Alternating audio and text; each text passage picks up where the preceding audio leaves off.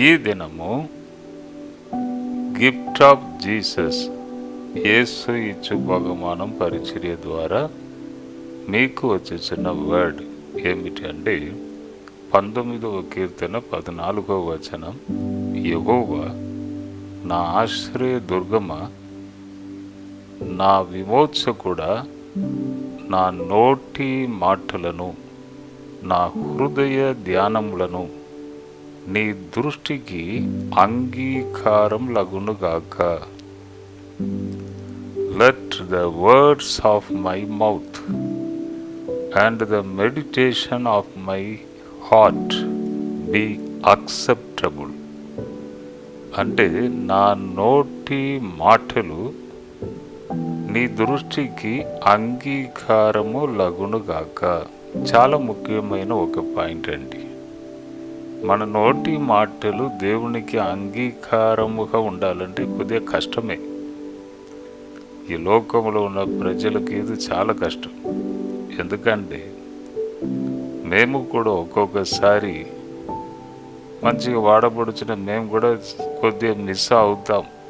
ఏదైనా ఒక ప్రాబ్లం మాటలో, నోటి మాటలో కొద్దిగా జారడం కానీ, ఏదైనా తొందరపడి పలకడం కానీ, ఏదైనా మా జీవితంలో కూడా ఎప్పుడైనా జరుగుతూ ఉంటుంది.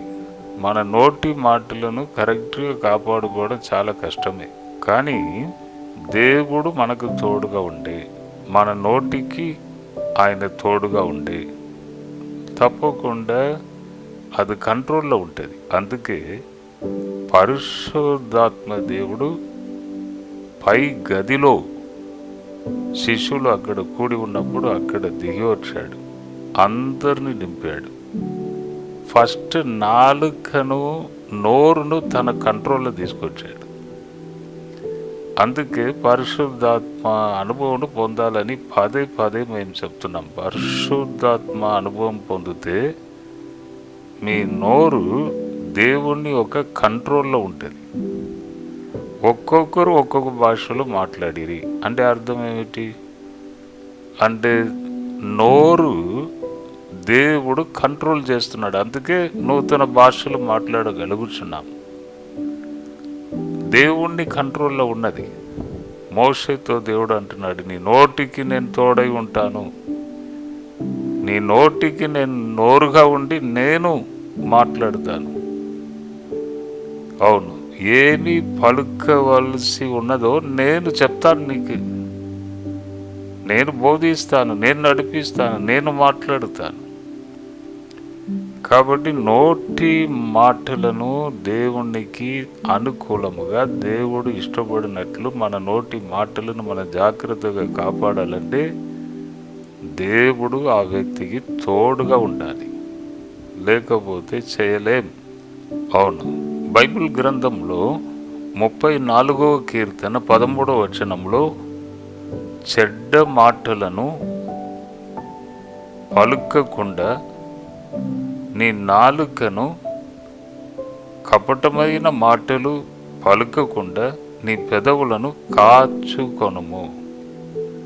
Keep your tongue from evil and your lips from speaking lies. నోటి మాటలు అంటే నోటి మాటలు అనేది చాలా అవసరం. చూడండి, దేవునితో సంబంధం అంటే దేవునితో కనెక్షన్ ఏమిటి అంటే రక్షణ. రక్షణ పొందినప్పుడు బాప్టిజం తీసుకుంటారు, దానికి గుర్తుగా. బాప్టిజం తీసుకున్నప్పుడు కూడా మన నోటి మాటలను అక్కడ అడుగుతారు. మన నోటి ద్వారా మనం చెప్పాలి, అంగీకారం పలుకాలి. నీవు క్రీస్తుని సొంత రక్షకుడుగా అంగీకరించావా? మన నోటిలో చెప్పాలి, అవును. ప్రభు యొక్క మాటలను, ప్రభును నీవు నమ్ముచున్నావా, విశ్వసించుచున్నావా? అవును, నేను విశ్వసిస్తున్నాను. ఆయన మాటకు లోబడతావా? తప్పకుండా నేను లోబడతాను. నీవు నీ హృదయపూర్వంగా నీవు చెప్తున్నావా? అవును, నా హృదయపూర్వంగా నా హృదయ అంతరంగంలో నుండి నేను చెప్తున్నాను. అంటే బ్యాప్టిజం తీసుకున్నప్పుడు ఇలా అడుగుతూ ఉంటారు. నోటి మాటలు, మన నోటి మాటలు చాలా జాగ్రత్తగా ఉండాలి. నోటి మాటలను కాపాడుకోవాలి. ఇప్పుడు రక్షణకు మనము నోటి మాటలు పలుకుతున్నాం, మనకు బ్యాప్టిజం ఇస్తున్నారు. ఇచ్చిన తర్వాత లాస్ట్ వరకు మన నోటి మాటలను కాపాడుకోవాలి. చాలా కష్టమైన పనియే ఇది. చెప్పుటకు ఈజీగా ఉన్నది కానీ పాటించడం ఇది కష్టమే. చూడండి, లోకంలో ఎన్నో ప్రాబ్లమ్స్. డబ్బు తీసుకొని అబద్ధ సాక్ష్యం చెప్పడం, డబ్బు తీసుకొని అబద్ధం చెప్పడం, డబ్బు తీసుకొని ఉల్టా పల్టా మార్చి మాట్లాడడం, ఇవన్నీ జరుగుతూ ఉంటవి. నోటి మాటలను జాగ్రత్తగా కాపాడుకోవడం కష్టమే. అవును, కానీ బైబిల్ గ్రంథంలో ఒక వ్యక్తి, యేసు ప్రభు ఆ గ్రామానికి వెళ్ళినప్పుడు జక్కయ్య, ఈ జక్కయ్య ఏం చేశాడంటే ప్రభువును వెదకి ఆయన ఎటువంటి వ్యక్తి చూడాలని మేడి చెట్టు ఎక్కి అక్కడ కూర్చొని ఉన్నాడు. ఎందుకంటే పొట్టిగా ఉన్నాడు కాబట్టి ప్రభును చూడాలంటే కష్టమని ముందే వెళ్ళి మేడి చెట్టు ఎక్కి అక్కడ కూర్చొని ఉంటే యేసు ప్రభు ఆ మార్గంలో వచ్చి జక్కయ్య అని పిలవంగానే జక్కయ్య షాక్ అయిపోయాడు. ఎందుకంటే నా పేరు ఆయనకి ఎలా తెలుసు, నేను చెట్టు మీద కూర్చొని ఉన్నానని ఎలా తెలుసు అని షాక్ అయిపోయి ఆయన గుండె వేరే రీతిగా కొట్టుకోవచ్చు. ఏంటిది, నా పేరు ఎలా తెలుసు అంటే త్వరగా దిగి వచ్చాడు. దిగి వచ్చి ఇంటికి తీసుకొని వెళ్ళాడు. నేను నీ ఇంటికి రావాలని యేసుప్రభు అన్నాడు. ఇంటికి తీసుకొని వెళ్ళాడు. ఇంటికి తీసుకొని వెళ్ళిన తర్వాత నోటి మాటలు. ఏంటిది నోటి మాటలు? నేను ఎవరి దగ్గర అయినా నేను అన్యాయంగా తీసుకున్నట్లయితే 4 గంటలు మళ్ళీ తిరిగి ఇచ్చేస్తాను. అంటే నోటి మాటలు.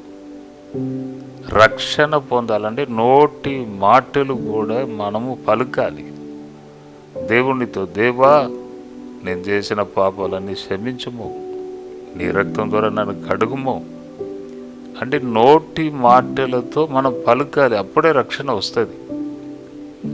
కాబట్టి అక్కడ చూడండి, జక్కయ్య నోటి మాటలు ఆయన పలుకంగానే యేసు ప్రభు అంటున్నాడు, నేడు ఈ ఇంటికి రక్షణ వచ్చినది. కాబట్టి మనము దేవునికి మన నోటి మాటలు ఏది మన దేవుని ఎదుట పలుకుచున్నామో లాస్ట్ వరకు దానిని కాపాడుకోవాలి. సమయం సందర్భమును మాత్రం కాదు పాటించడం. ఎప్పుడు కూడా మనము మన మాటను చాలా జాగ్రత్తగా కాపాడుకోవాలి. అటువంటి ఒక వ్యక్తి దేవునికి చాలా ఇష్టమైన వ్యక్తి. చూడండి, ఇది కీర్తన 19:14 నుండి మీకు నేను చెప్పాను. అంటే దావీదు గొప్ప రాజు, కానీ ఏదైనా మాట ఇస్తే తప్పకుండా చేస్తాడంట. ఏదైనా దేవుని ఎదుట పలికితే తప్పకుండా చేస్తాడంట. కాబట్టి దావీదు అంటే దేవునికి చాలా ఇష్టం. ఒక వ్యక్తి నాతో చెప్పాడు, దావీదు విషయం మీకు తెలుసా అంటే చెప్పండి అన్నాను. అంటే ఇటువంటి ఒక వార్త నేను విన్నాను. ఏమిటి అంటే, ఆయన రాజుగా ఉన్నప్పుడు సింహాసనం మీద కూర్చొని ఉంటాడంట. ఎప్పుడైనా గొర్రెల కాపరి కదా, గొర్రెల కాపరిగా నేను అడవిలో అటు ఇటు గొర్రెలను పట్టుకొని తిరిగినప్పుడు అప్పుడు నేను ఎలా ఉన్నాను అని జ్ఞాపకం వచ్చినప్పుడు వెంటనే సింహాసనం నుండి దిగి వెళ్ళి అక్కడ పక్కకు ఒక గది ఉంటుందంట, ఆ గదిలో వెళ్ళి బాగా ఏడుస్తాడంట. అంటే ఏడవడానికే ఒక గది కట్టుకున్నాడంట. ఏడవటానికి, పాత జీవితం జ్ఞాపకానికి వచ్చినప్పుడు వెళ్ళి అక్కడ ఏడుస్తాడంట. అంటే దేవుడు కూడా నాకు చాలా ఇష్టమైన వ్యక్తి దావీదని దేవుడు అంటున్నాడు. ఎందుకంటే ఆయన నోటి మాటలను జాగ్రత్తగా కాపాడుకున్నాడు. ఎప్పుడు మిస్ కాలేదు, చేస్తానని చేయకుండా పోలేదు. కాబట్టి దేవుని ఎదుట ఏది ఒప్పుకున్నాడో దానిని కరెక్ట్గా చేశాడు. మనము కూడా మన జీవితంలో ఎప్పుడైనా దేవునికి మనం ఏదైనా మాట ఇస్తే తప్పకుండా చేయాలి.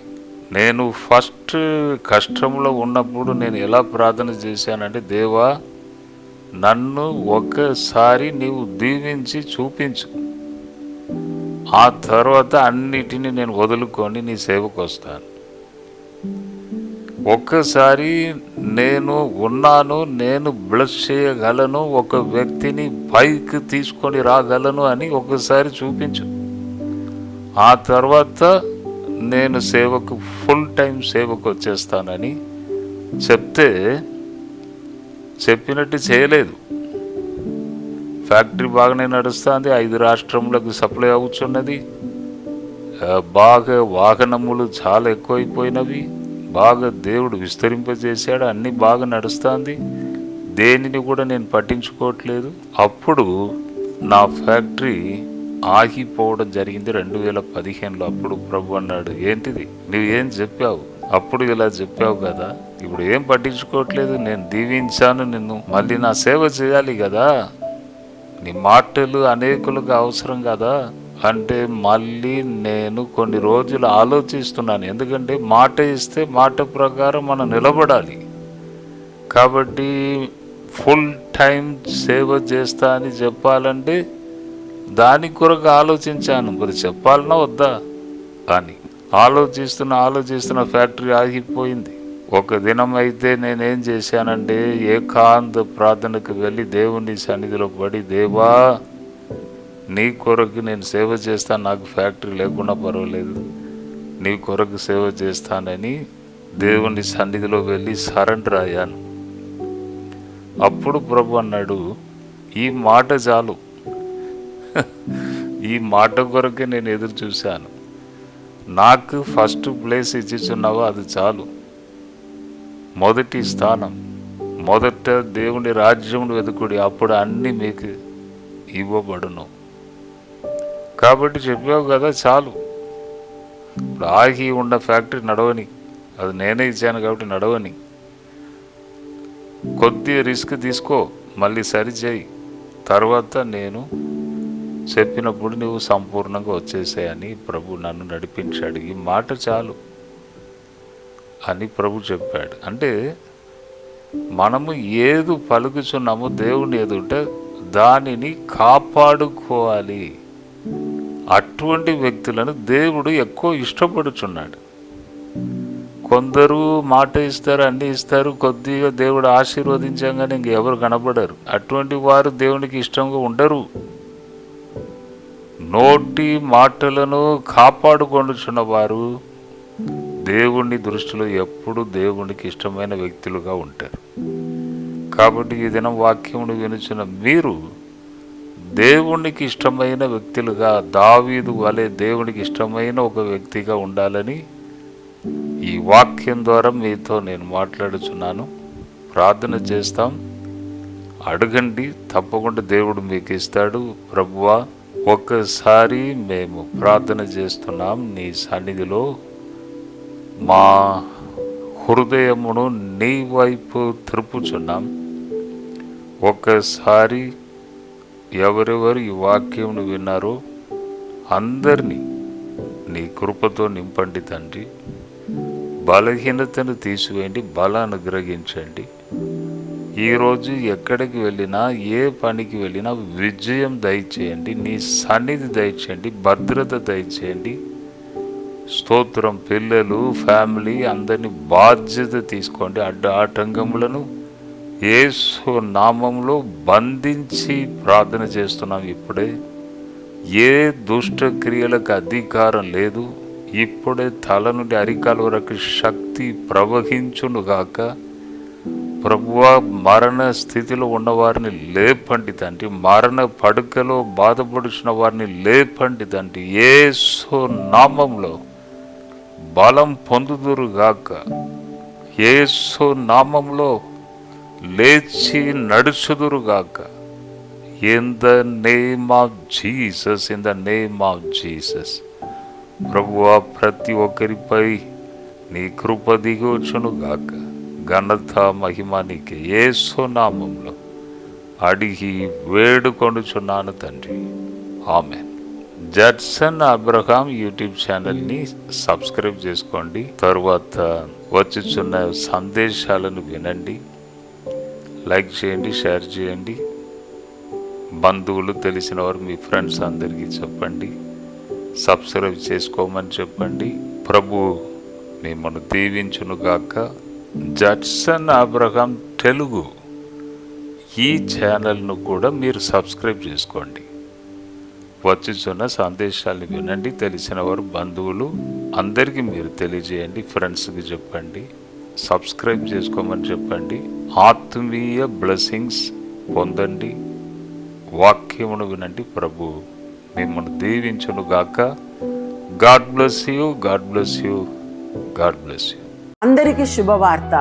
ప్రతి ఆదివారము 4 గంటల నుండి 6 గంటల వరకు కూడా వరంగల్లో గొర్రెకుంటలో గిఫ్ట్ ఆఫ్ జీసస్ వర్షిప్ సెంటర్లో ప్రార్థన కూడిక జరుగుతూ ఉంది. మీరు పాల్గొనండి, ఇతరులకు షేర్ చేయండి. ప్రభు మిమ్మల్ని దీవించును గాక.